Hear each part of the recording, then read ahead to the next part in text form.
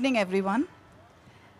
We are almost towards the end of a very glorious event. A lot of interactions. I could see a lot of youngsters. That really is very interesting to see youngsters taking a center stage when it comes to reading and practically staying away from social media and cell phone for a brief point of time. So as we are wrapping this up, it's a beautiful session we have here. Very distinguished people with me. Myself, Lopamudra, and I am an academic and anthropologist and author specializing in particularly in oral traditions and translations.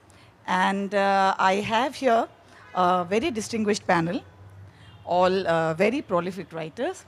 And as I would be moving, I would be taking them alphabetically. That would be, to avoid any friction later on.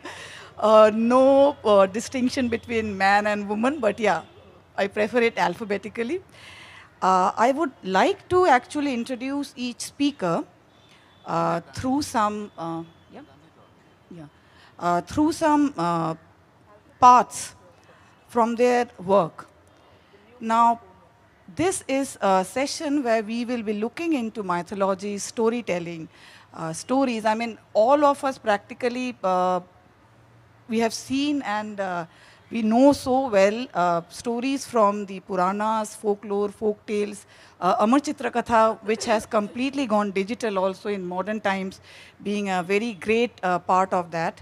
So now, a part of it also occupies that how it is getting reflected in fiction, stories. And that being said, I would like to read out a very interesting section from Anand Neelakantan's book, Asura, Tale of the Vanquished from 2012.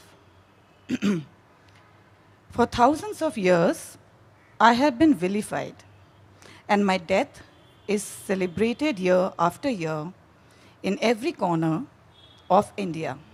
Why? Was it because I challenged the gods for the sake of my daughter? Was it because I sought to free a race from the yoke of caste-based Deva rule? You have heard the victor's tale, the Ramayana. Now, hear the Ravanayan, for I am Ravana, the Asura, and my story is the tale of the vanquished. Anand, can you elaborate specially for the present audience that here I'm talking about specifically Ravan? Why and how do you explain Ravan to the present generation? That would be something interesting. Thank you, Lopamudra. I'm actually thankful to my parents because the name Anand alphabetically always comes first. My son's name I put Abhinav, so he'll come better. Regarding your question, see, this was my first book. Yesterday here we had launched my 16th one.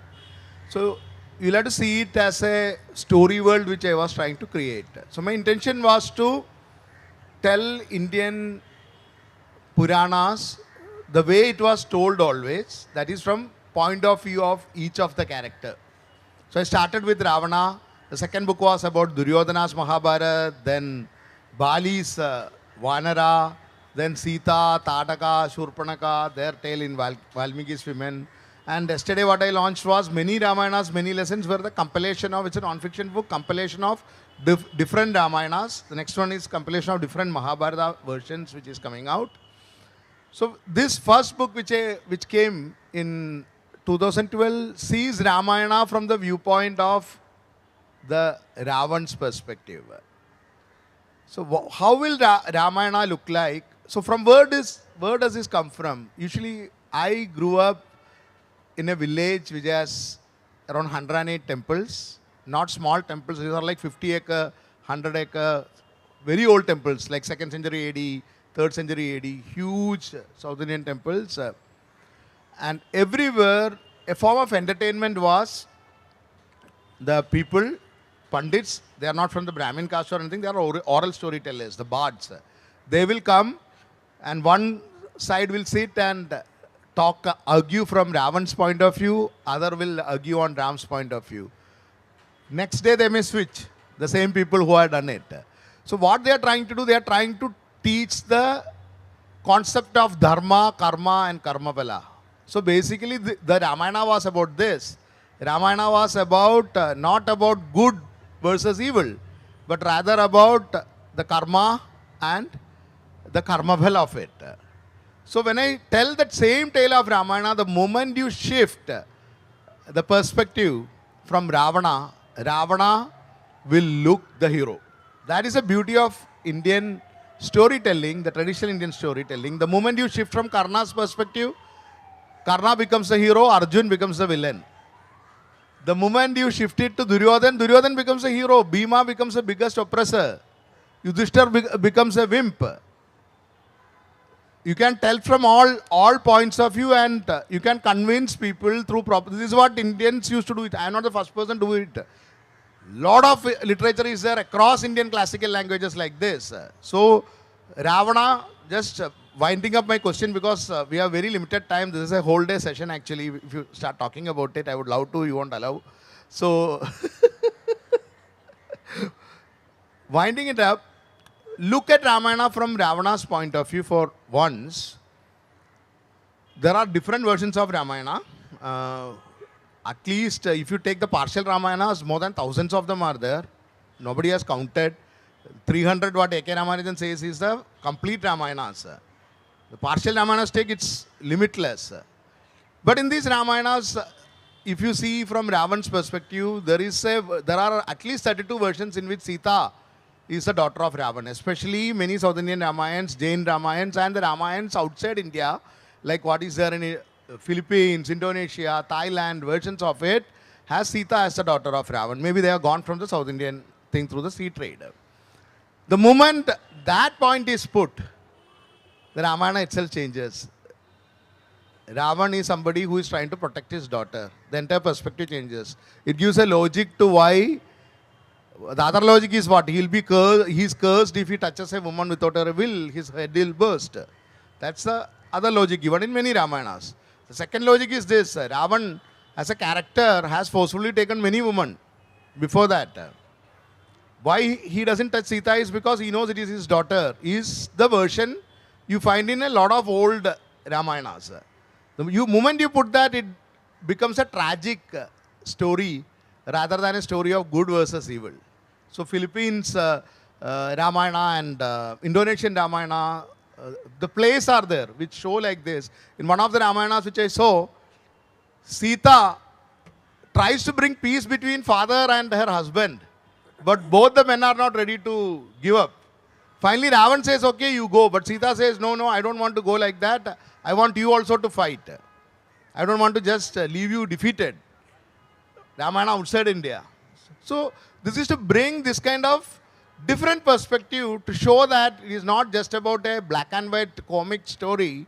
It's not a Disney story where good versus, it's not a Spider-Man or a Superman story where good versus evil, but with a lot of layered meanings that Asura was written, and then a lot of other body of works is to tell it, fill the gaps through various angles, various point of view. Thank you. Thanks a lot, Anand. And yes, a very significant thing you mentioned here over perspectives, storylines gives off an essence, and thereby probably the entire story, the same storyline, representation changes. And what you make out of it also probably differs from individuals. Here I would like to go over to Akshat. I'm reading from his book, The Hidden Hindu, the first part of the trilogy. Old age frightens man like a tiger. Diseases strike the body like enemies. Life drips down as water from a broken pot. Yet, people think of harming others. They do not realize that they are transitory. This is indeed a matter of wonder. On that note, Akshat, can you elaborate on this and probably explain your inspiration and how did it all come about? First of all, I don't know how many people sitting out here. Thank you all for being here, first of all. Second of all, I don't know how many of you know who I am. I've been recently introduced to the world of publication. So, a little introduction about myself. Hi guys, my name is Urmila Putra Akshat Gupta. I am a full-time house husband, part-time author, screenwriter, poet and lyricist. And I am really thankful to my parents that they have made me capable enough for me to follow Mr. Anand. मैं उनके पीछे पीछे चल रहा हूँ, and I'm very happy doing that. Also, one thing that I was telling in the green room to everybody is that Mr. Anand Neelakantan was the first person who agreed on to giving a testimony to my book, The Hidden Hindu. So thank you so much, sir. Again, once again, but this time on a platform. This is for the first time I've got an opportunity to sit with my hero, my favorite author, and this is a privilege. Now coming to the point. I am a Hindu, a proud one. And you know what happens is when somebody dies, at the time of cremation, there's a pot kept on the shoulders. Some very close one of the deceased keeps a pot. There's a prick done in that, and he keeps on, revolving around the chitta that we call. And little drops of water keep getting out of it. We do it always, but we don't understand the metaphoric understanding behind it. Why do we do it? Because while that chitta is about to be flamed, it is not yet done. And this, this one man keeps revolving around that with this broken pot that is dripping drop by drop. There are another hundreds and thousands of people standing watching that happen.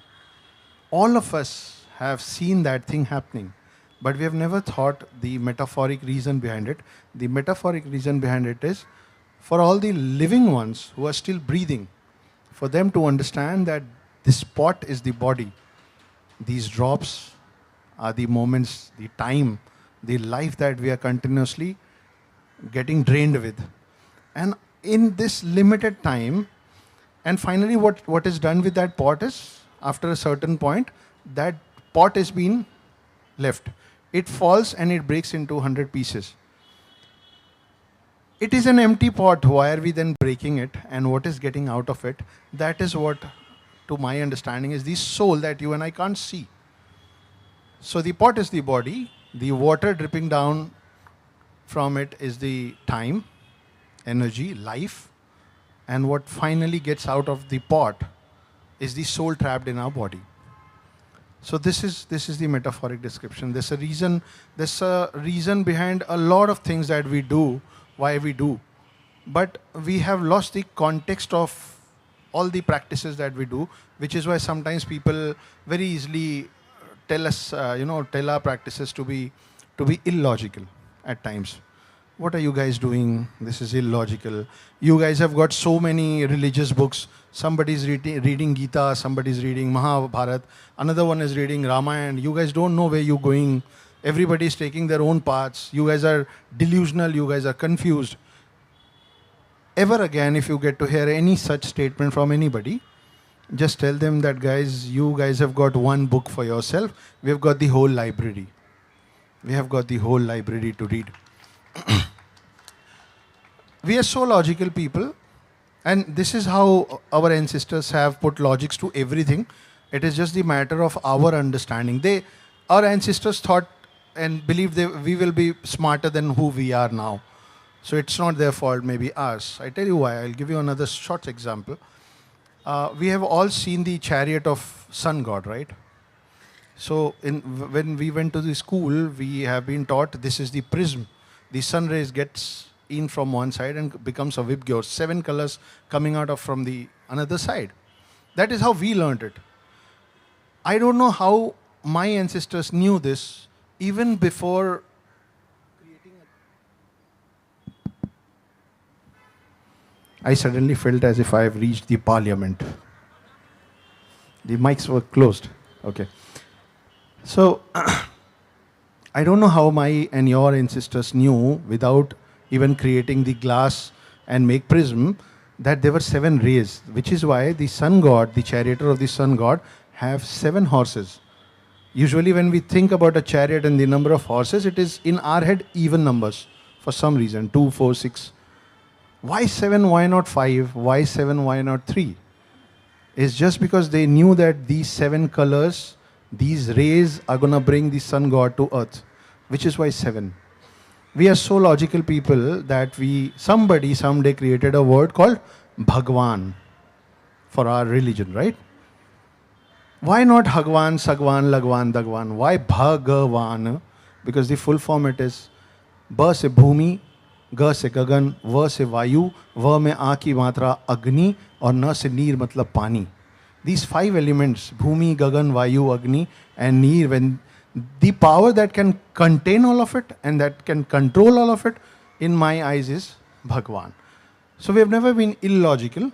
It's just a thread which has been cut from places and we don't know the logical reasons of a lot of things that have been taught to us, which is why we have started questioning, okay, we will do it, but why?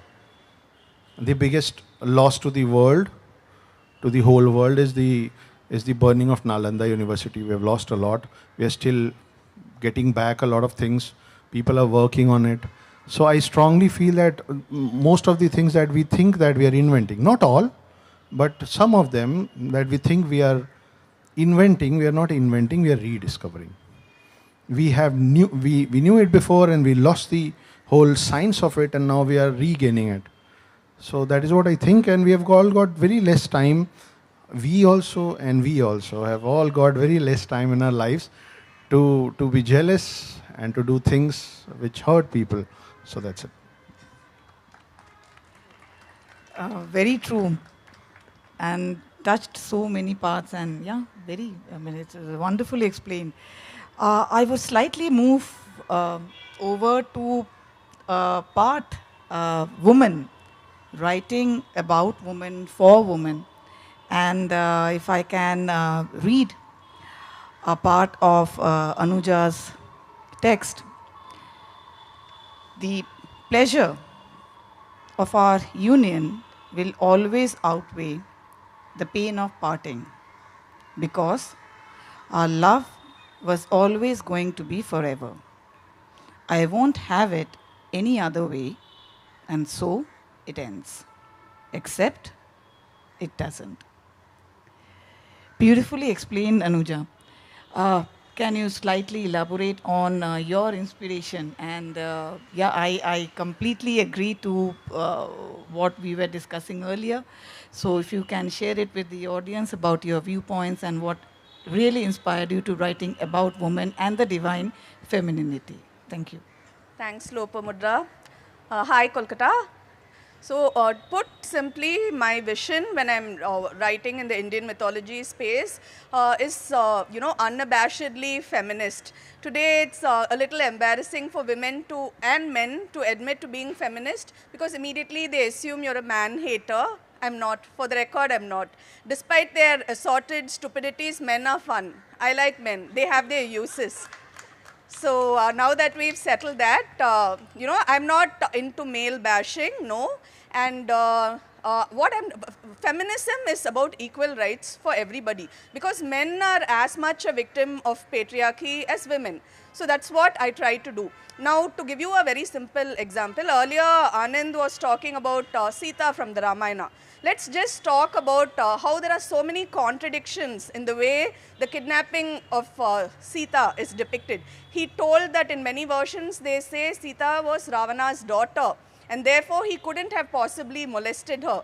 But that's not true, is it? If you read the newspapers, you know that being a blood relative doesn't protect a woman. What are the other versions? In some other versions, they say Ravana magicked her away. He lifted up a clod of earth or the lawn or whatever the hell with Sita on it, because they don't want to say that he forcibly abducted her, because Rama is worshipped as a god. In Valmiki's Ramayana, he was a good king, a great king. Here in Tulsi's it became God. So if Rama is God, then Sita is a goddess. And therefore the emphasis is on purity. That's why they dance round and round and round. They put that onus of proving your purity on women. These are the real world damaging consequences of myth. We are a nation which takes our stories very seriously. We kill over the stories, and women deal with the ramifications of this, the fallout of this on a daily basis. Sita's Agni Pariksha, the men will tell you, oh, she made an empowered choice to enter the flames. But what kind of choice was that? Her husband had just publicly slut-shamed her. He told her, go wherever the hell you want. What's a woman supposed to do? How do they treat a fallen woman anywhere in the world?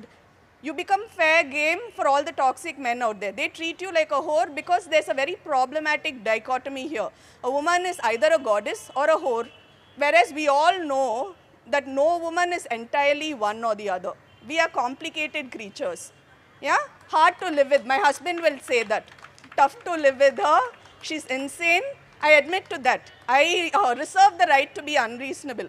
But I hate it when they try to put you in a box and judge. The men appoint themselves, women also, judge, jury, executioner. So this, but let me just say that Indian mythology in its original format is neutral.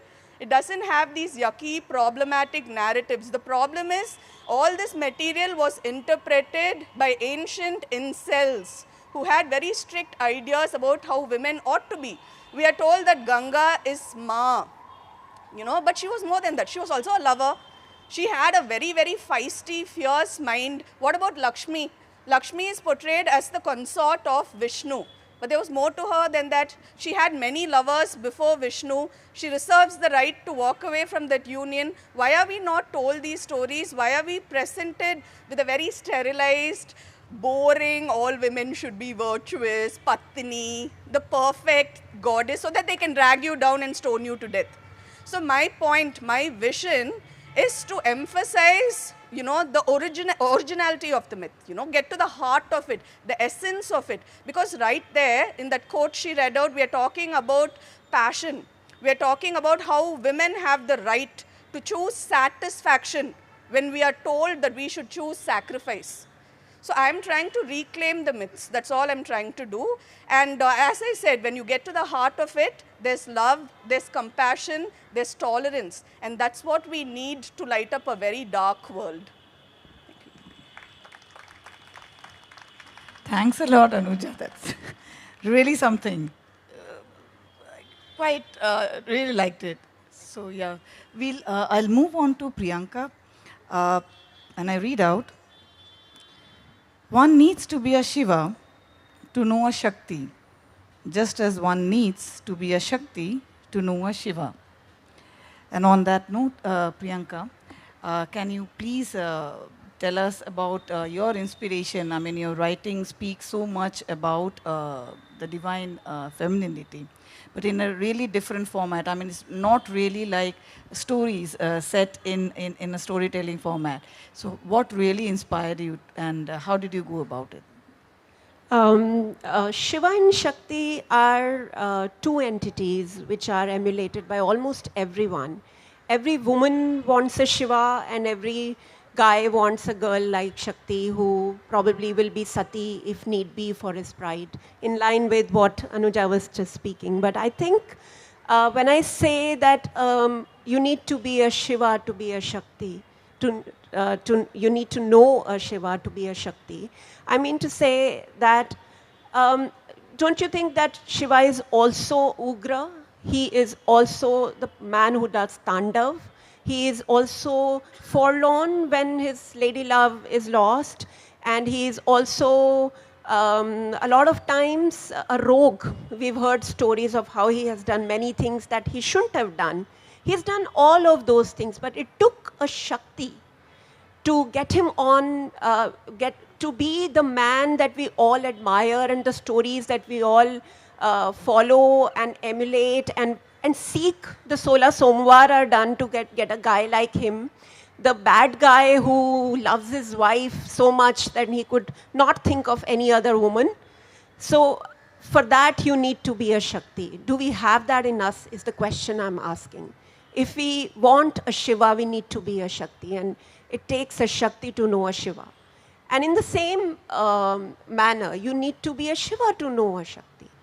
Shakti is also Katyayani. She's also Kali, who has her tresses loose and she's without a piece of cloth on her. And do you have a heart to have a woman like that? Do you have the strength to have a woman like that? She's also, but she needs to be all of that for a Shiva to make her Gauri. She needs to be bathed in Ganga to become a Gauri. But before that, she needs to be so many other things. She can be Chandika if she feels like. She can be a Kali if she feels like. She can be a Katyayani. She could be out there doing her own thing, coming back to a Shiva who would then again make a Gauri out of her. Which is what I mean to say when I say that you need to be a Shiva to know a Shakti. Do we have that? The question is, do we have in us to find the other one? This was the core of the message. Thanks a lot, Priyanka. On that note, I would really like to know from both Anand and Akshat. This is a very different interpretation we are talking about right now. I mean, on a very different note.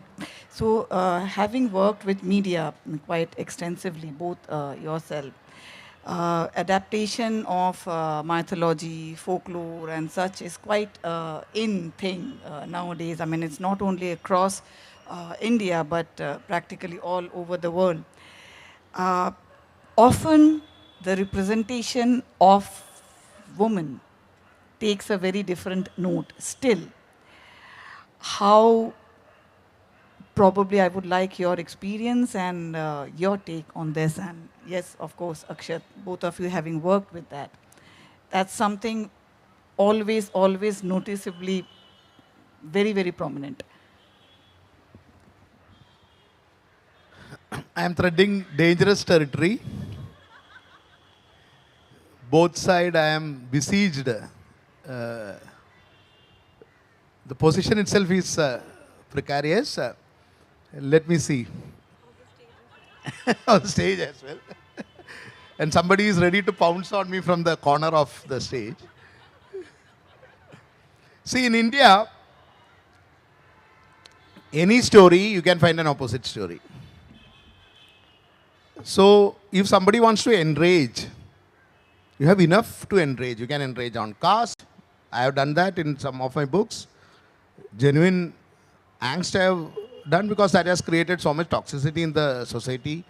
Caste has been a much bigger problem than women have been of double oppression many times. Caste oppression plus the patriarchal oppression.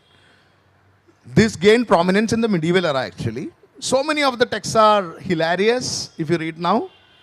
Like the story of Nalayani, which is in Mahabharata. So Mahabharata has women like Kunti, women like Gandhari, women like Draupadi, and it has also women like Shakuntala and women like Nalayani. Why all these are represented? Nalayani story briefly, I don't know how much time we have, briefly I will tell. Simple, Nalayani has taken her wife, her husband, Mugdala, he had taken another woman. But she was so pativrata that she used to take her husband to the house of the prostitute. Then the prostitute takes all the money. This is a rishi, by the way, Mugdala. He takes all the money and he also gets leprosy. So she throws her out. So he is in search of another prostitute and Nalayani carries her husband on a basket. And this guy, this gentleman, not a gentleman, this rogue, he kicks her, asking her to walk fast. So what does she say? She says, is your leg paining, Deva? And when she is taking, another rishi has been impaled. He sees it, he is about to die, he sees this lady is taking this joker of a husband to the prostitute, he's a leper and he's treating the wife like this. So he says that by tomorrow morning your husband will die. He curses. So the Nalayani curses back, saying that tomorrow, let there be no tomorrow. Let the sun not rise. So because of this curse, sun is not able to, this is a story, Mahabharata story, sun is not able to rise because of the Pativrata's curse, no? She is the model ideal woman. Curse. So everybody will have to come to her and plead. Different other things happen. Bali and Sugriva are born. That's another story by this time. And finally, because of her Pativritya, she releases the sun. So it is that important. Even in Tamil, it comes, I think, Thiruvalluvar's wife, if I am right. She is Vasuki. She is taking water from the well, and Thiruvalluvar calls her, and she leaves it and goes. It doesn't fall, anti-gravity, because of her Pativrata. So this kind of stories you find written most probably by drunken men. The opposite of it, she was elaborating, you can find that. So Ramayana, she was telling, this is one version of Sita. Sita of Valmiki Ramayana is different. Sita of every Ramayana is different. The Shakteya Ramayanas, after Ravana's, in the Agni Pariksha, what happens after the Agni Pariksha? You can always argue, Agni Pariksha, one point you are taking and arguing, no? If someone enters into it, you will get burned. Before that, Hanuman had burned the entire Lanka, his tail was burned. Why he didn't burn? It's a myth. We have got so many things, no, where Ravana has 10 heads. How will he sleep? He can sleep only in his back. He can sing group song alone. He's the only person who can sing group song. Imagine how he'll be shaving and brushing. So you go into that logic, then you can't go into myth.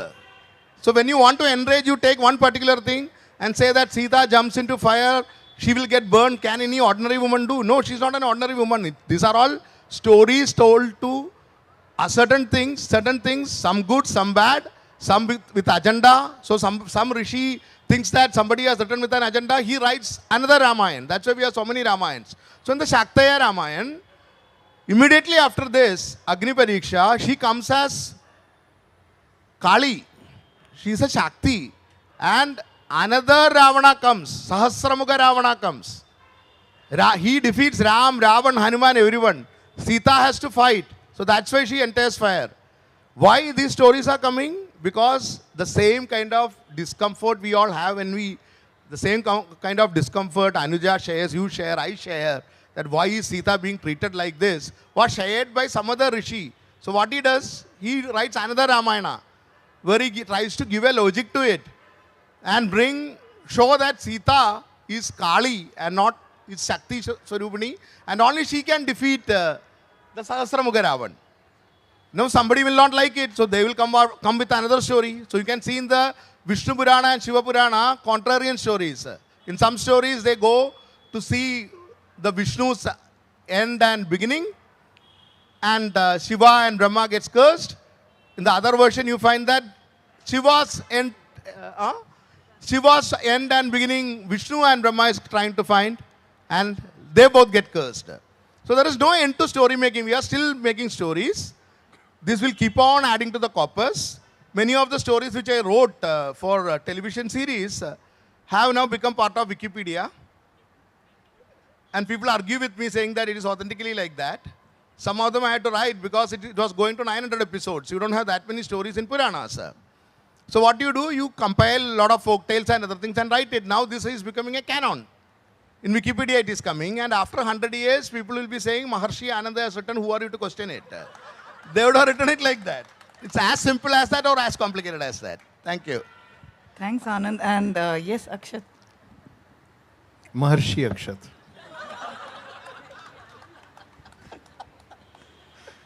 Well, because suddenly the whole stage is gone about women, let me introduce myself again.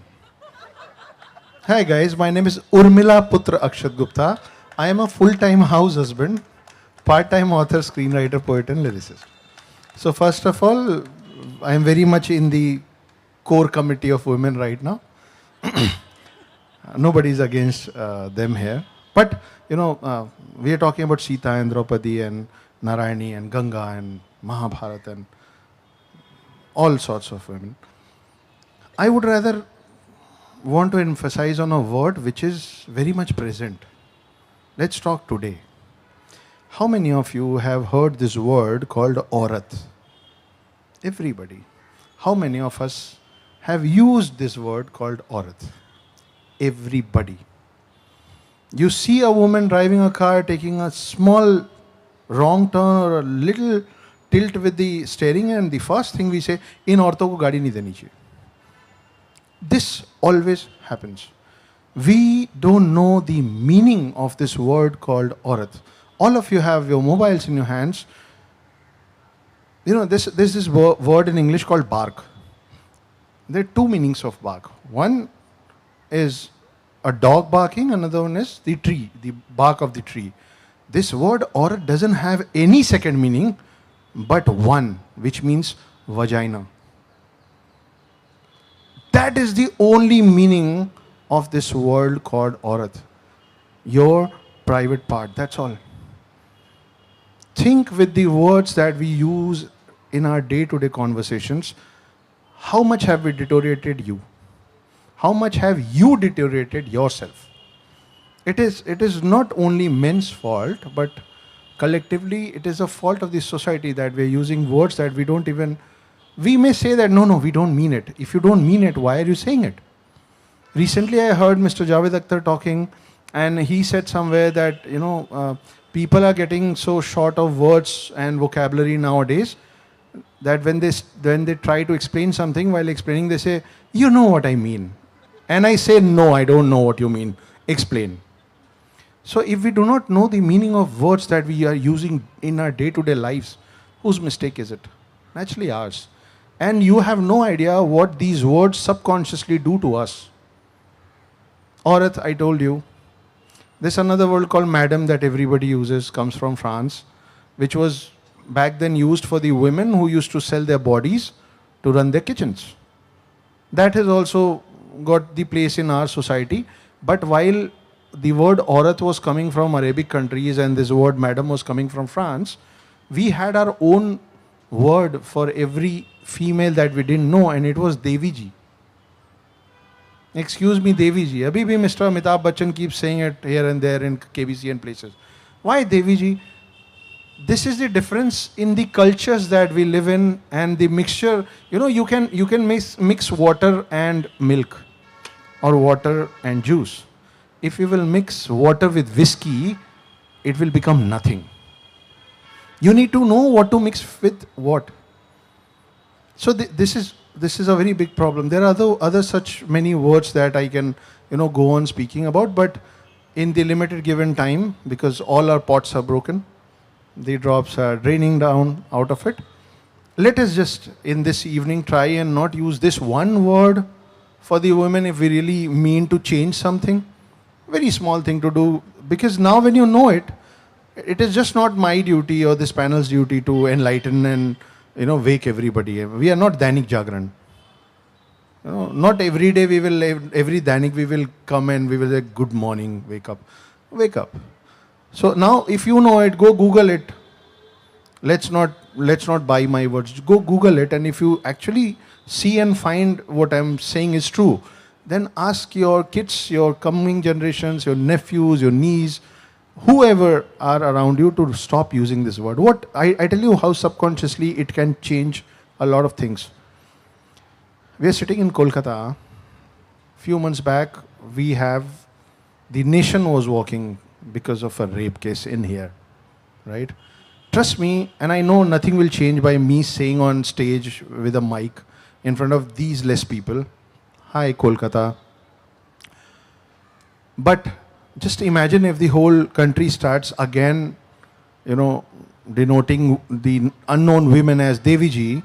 Every time when a man, if he is saying Devi ji, will see a air hostess or a waitress serving you, they will see an Annapurna serving you. You see thank you.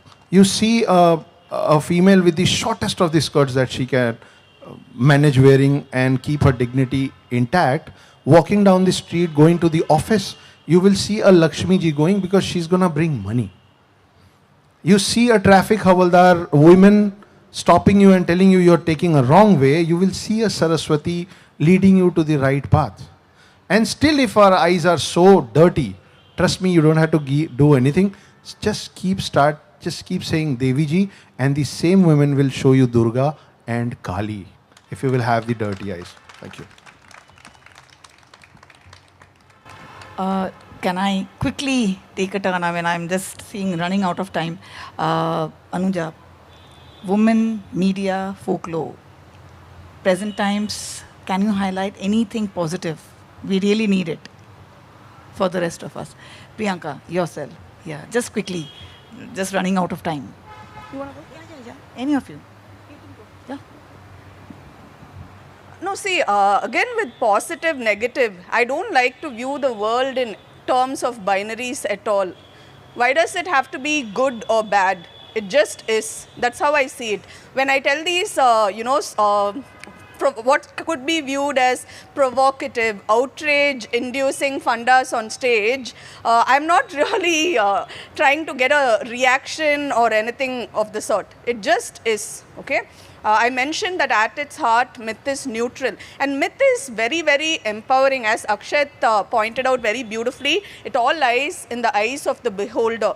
So he kind of put it very well. No one asked for men to come and, worship at the altar of the vagina.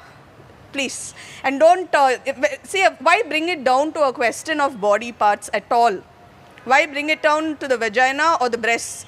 The breasts sustain life, therefore a woman is maternal. That is her respectability quota. Why? My question is, why should a woman be either, Anand, see Anand and Akshat right here, I'm not attacking both of them. They're good friends of mine and I know they've written with a lot of sensitivity on the subject. But see, Sita is not an ordinary woman. Kali, Durga is not an ordinary woman. My funda is, so what if they were? Because ordinary women also, we have our Sita moments, we have our Durga moments, we have our Kali moments. That's fine, no? Some versions say that, if you're very religious bent of mind, you will say that God created man. From another angle, if you look at it, man created God.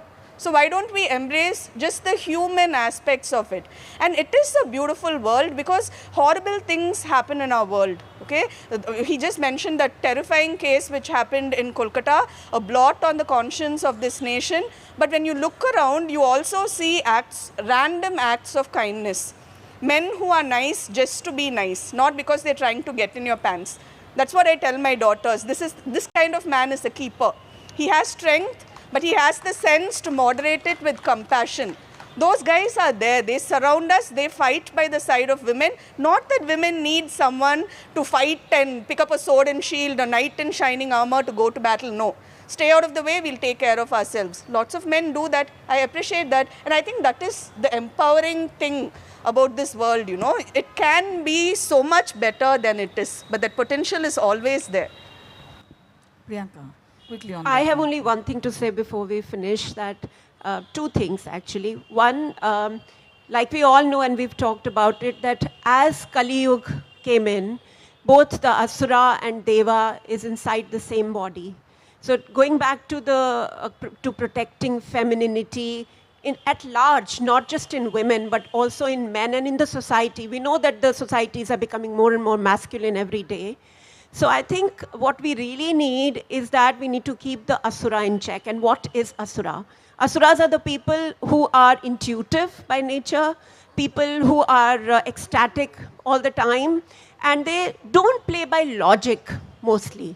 And Devas are the people who are driven by order and driven by balance.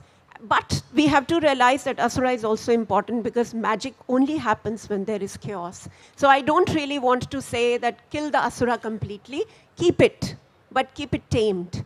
And don't keep the Deva at the top of everything, because you won't live without magic. There won't be a good life lived without magic. So I think femininity can be kept in place only when we have the balance. And we don't really need femininity only in women. We need it in men and we need it in societies for it to be egalitarian, for it to be healthy, for it to be happy. That's all. Thanks a lot, Priyanka. And I think that's wonderfully wrapping up the session. And the basic realization that everyone really highlighted that these, whether we are talking about demons or gods and goddesses and mythologies, folklore, folk tales, any part of it, practically, it's a reflection of our thoughts, our thinking, ideas, ideologies, and that's where somewhere it connects to the society at large, the culture at large, the belief at large. Yes, thoughts changes, the stories changes, takes a different form, shape, and representation thereby changes in the process, and keeps on reinventing themselves from time to time. And all the entire discussion, I think, just over and over again, just pointed towards that direction. Yes, we somewhere have always realized, and we keep on realizing that amongst ourselves, that stories are very much alive. We are living it, whether we are talking about folk tales, mythology, or the common life in a cinema, in a book. And the crux of the matter is stay away from the cell phone as much as possible and read books. So that's the best part of it, to keep the imagination alive. And I think this is the best thing that we have. So I will end the session here. Thanks to all my friends and colleagues here. And yeah, I will open it up for question. Yeah, please. Yes.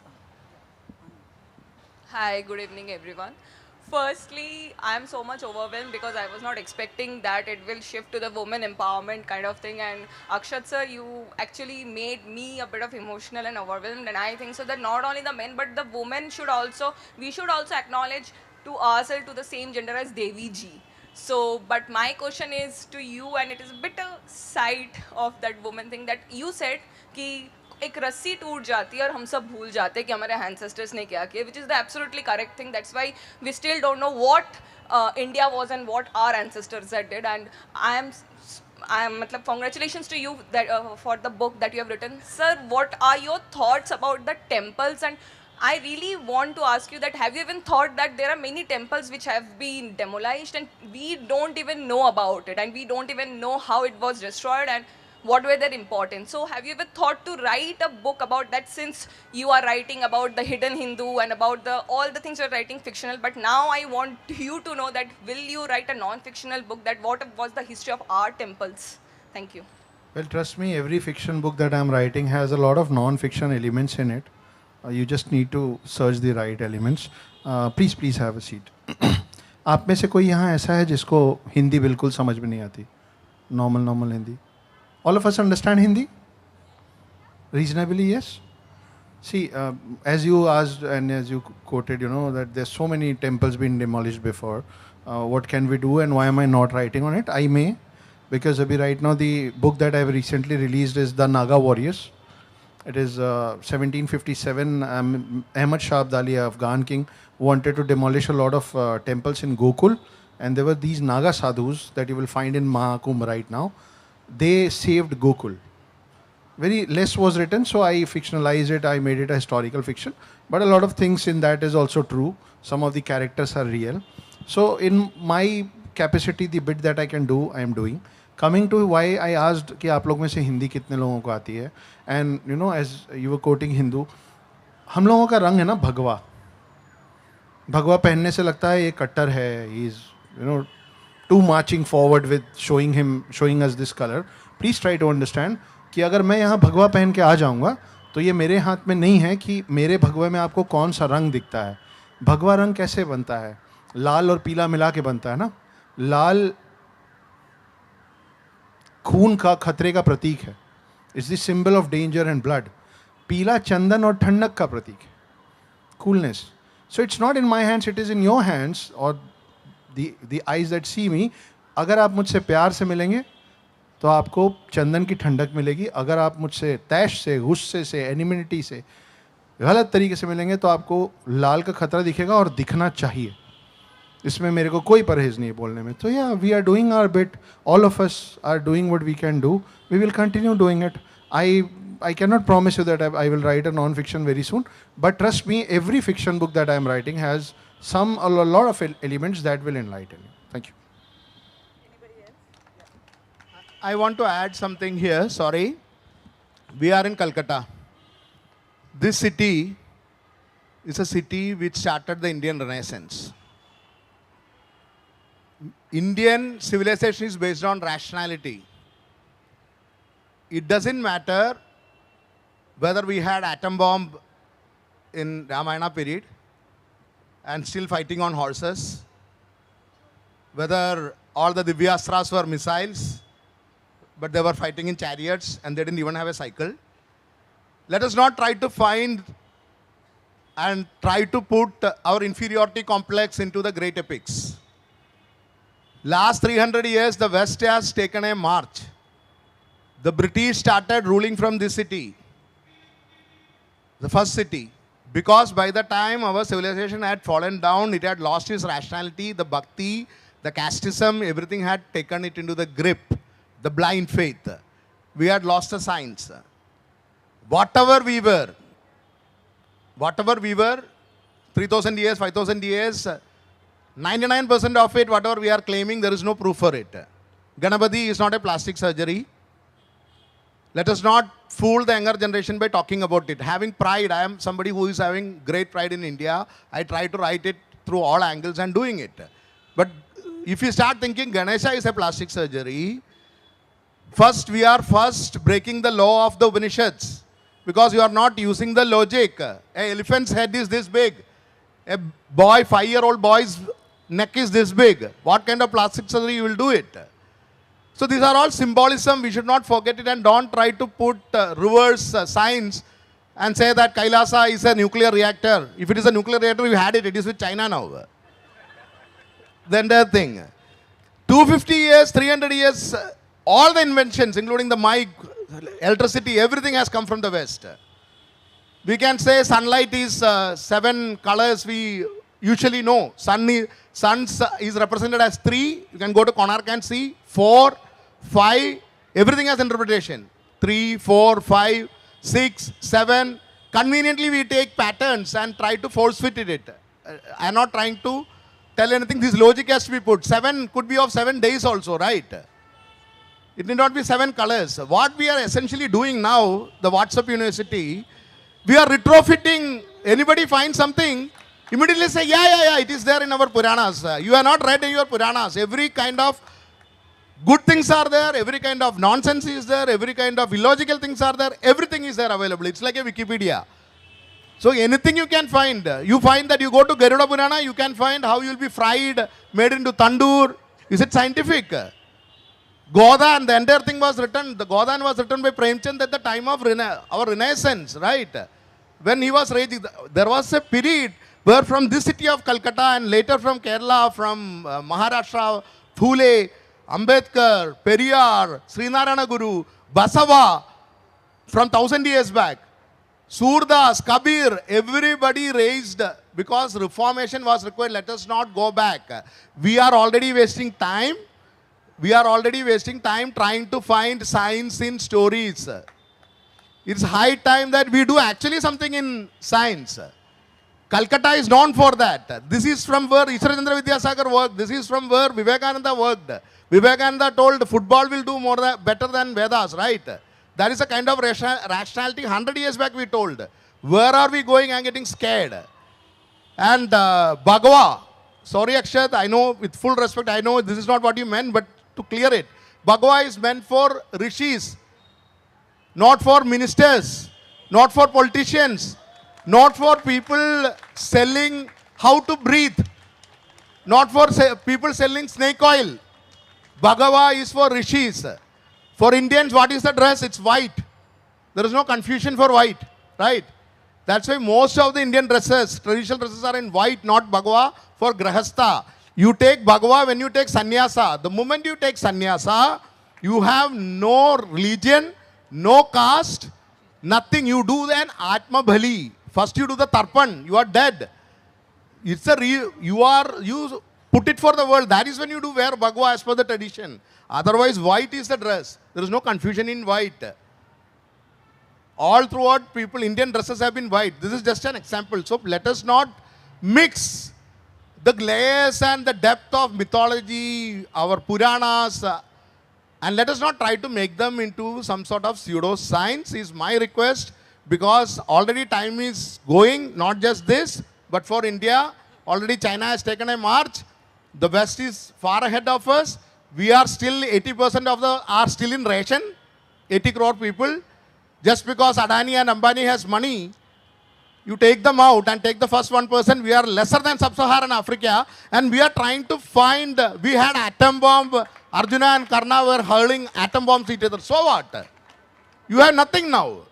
Just go out to the street and see, 90% of the people are living without anything, living on rations. It's good to have pride in our society, but if we lose the rationality of Vedas, rationality of Upanishads, what Buddha has told, don't believe in anything just because somebody tells it, including Buddha. Just because it is written in some book, don't believe it.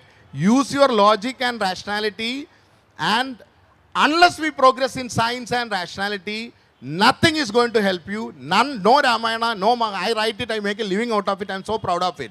But no Ramayana, no Mahabharata, nothing is. At least for 100 years we have to be Asuras. After having enough money, we can talk about, after becoming rich, we can talk about spirituality and all that. That's my humble submission. Sorry. Thank God I'm wearing white with a little tinge of Bhagwa. Thank God to that. And let us take a few more questions. Sir, हाँ जब तक mic जा रहा है sir, आप मुझसे senior हैं, बड़े हैं, अगर इस डिबेट में मैं हारूंगा ना तो भी मैं ही जीतूंगा. Thank you so much. Not for making anybody vanquish or anything. Yeah, thank you so much to the entire panel. My only question is a respectful counterpoint to that Devi point. Don't you think it's a little unfair that we have to idealize women in order to give them their dues from that perspective? Because I think the larger issue that we see, I see that in my house as well, where my mother is synonymous with sacrifice. And so the whole point is, it's not really fair that we have to idealize these fellow beings in order to give them their dues. We should give them that due just because of the fact that, they cohabit with us, and not because we have to view them as Devis in order to give them the respect that they should ideally just have. Is this question to me? No, as just the panel as a whole. But anybody can take it. No, see, that's exactly what I said. I'm so glad that it's a very nice guy asking this question. Big hand for you. I'm so glad you mentioned that your mom is expected to play the sacrifice card all the time. Trust me, when women are asked to make sacrifices they don't want to make, they become cranky. I'm not at all good at playing the sacrifice card. I'll become resentful, I'll become bitter, I'll lose it. Okay, so I never play this sacrifice card. In fact, at home, I'll be the first to eat. I'm a fantastic cook. I like food when it's hot. So I'll eat first, only then can I serve my guests. Lots of people are taken aback when I do that. They'll be like, what, you're supposed to serve the guests first. But then if the guests come home, I'll be thinking, eat up fast and get lost. But if I eat first, I can look after everyone well. So women really need to be prioritized. Their needs should be prioritized. That's why I'm saying no woman wants to be a goddess. Don't put me on a pedestal. It's a pain in the butt. It's even worse than being called a But whore. even goddess needs to be fed, no? So why don't you feed the goddess first? If you think that she's been idolized, and she's taken that role of sacrifice, whose duty it is to ensure that she's taken care of? If she's doing it, is there someone else sharing it with her? That's the question. I think she has to take up that role because someone else is not doing it, is what I feel. Yes, self-care. I swear by self-care. Radical self-care.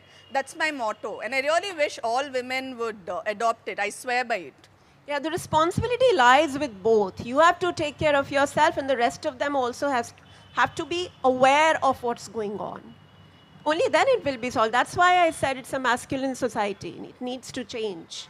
Right. So Now- practically the conversation can go on. So I'm. Good evening. Can you just quickly do Quickly, it? one Just line. one. And a line, question, not a remark. Absolutely. Yeah. Ramchandra कह गए सिया से एक दिन कल युग आएगा हंस चुगेगा दाना कौवा मोती खाएगा.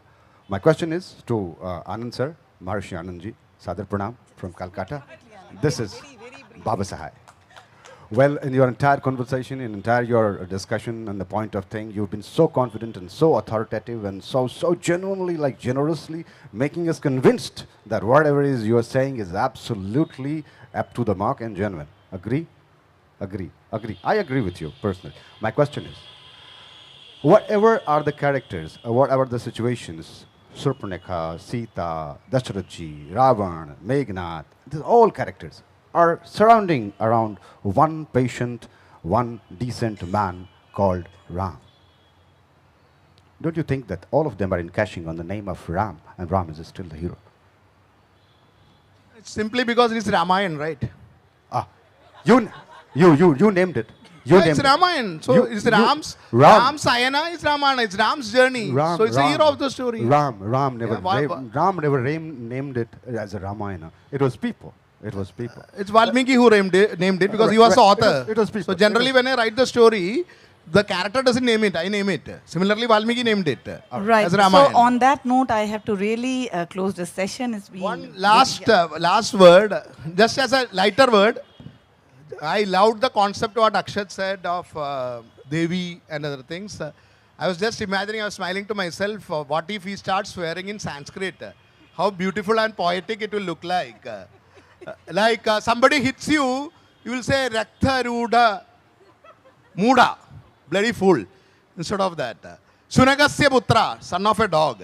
How fantastic on the road it will be. We use Sanskrit to swear. Just on a lighter note, I am saying nothing. So with this lighter note, देवी अनुजा, देवी प्रियंका के साथ महर्षि आनंद, महर्षि अक्षत गुप्ता आपसे विदा चाहते हैं.